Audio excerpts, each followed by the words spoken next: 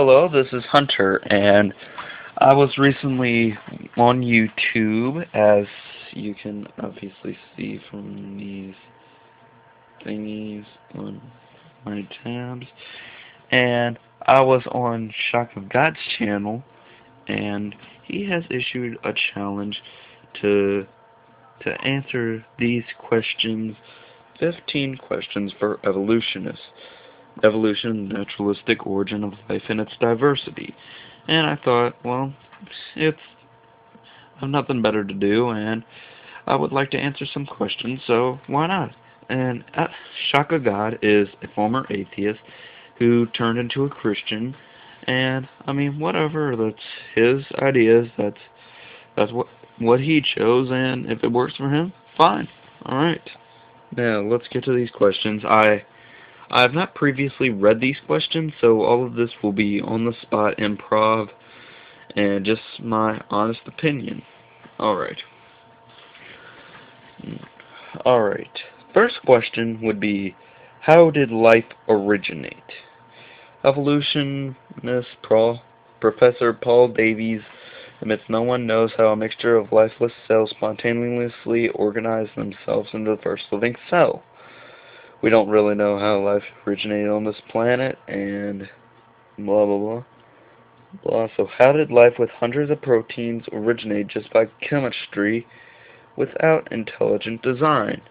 Now, there are quite a few, there are a few, there could be a few answers to that. There is a theory that a lightning bolt hit like some mud and the chemicals could make a cell or something like that, but in honesty, we don't know. But we are trying to find out, and we're on the case. It's not like we have zero clue. We do have theories, we do have clues, we have hypotheses. That's not how you say it, I bet, but whatever. Alright, but there are a lot of possibilities, and there's no definite answer, but there are possibilities.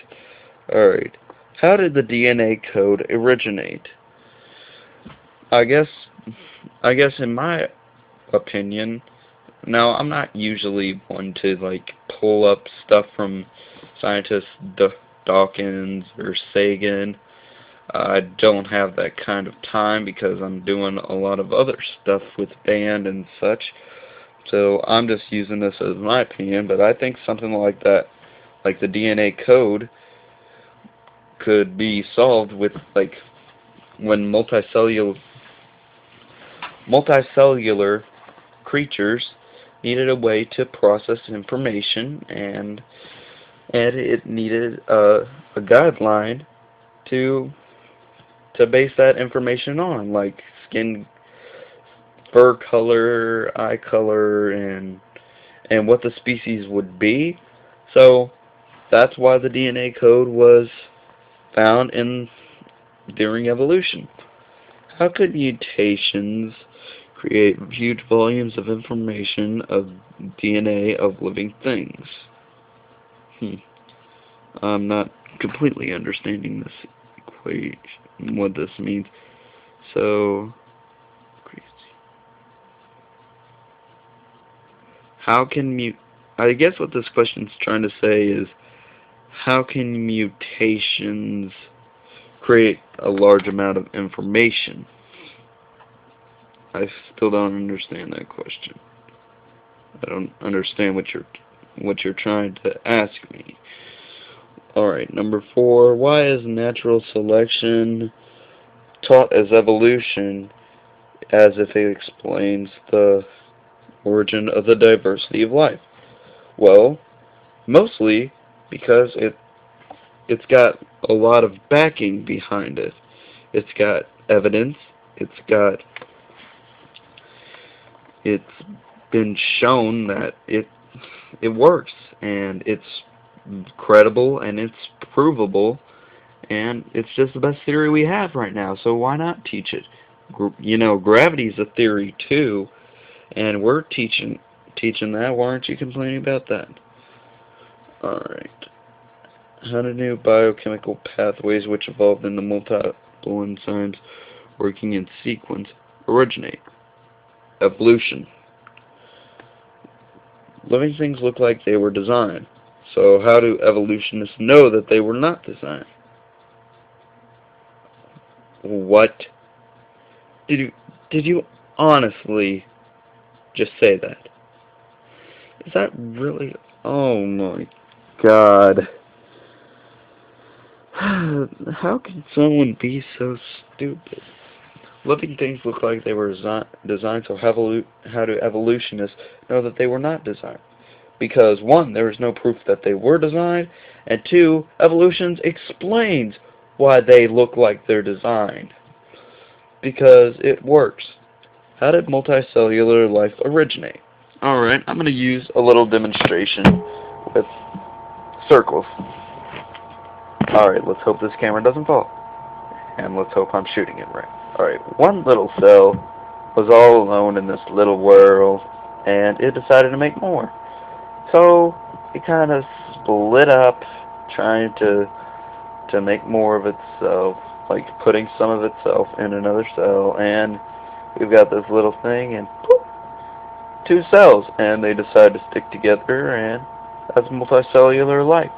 I could be extremely wrong on that, but that kind of makes sense to me, but I'm not a scientist, I'm not a genius. Alright, let's look at this. How did sex originate? Asexual production gives up to twice as much reproductive. Hold on, I'm sucking at camera. How did sex originate? Alright, what it is saying is, why is there sex if asexual reproduction is a lot better? Well, it just works for bigger species. I mean, it would be somewhat impractical for me to decide I want more humans and like spend a few months or so like splitting off into an entirely different human. That would look extremely awkward, and it probably would be very inefficient. So that is why we have sex. Why are there why are there expected countless millions of transitional fossils missing? Well, there can be a lot of answers to that. Well, they could be destroyed by weather and pressure. Or we could just not have found them yet. That's always a possibility. They could be dug up and destroyed by some animal before they were fossilized. And do I have to keep going? How do living fossils remain unchanged over supposed hundreds of millions of years if evolution has changed worms into humans in the same time frame? Worms into humans? I'm not. I don't know what you're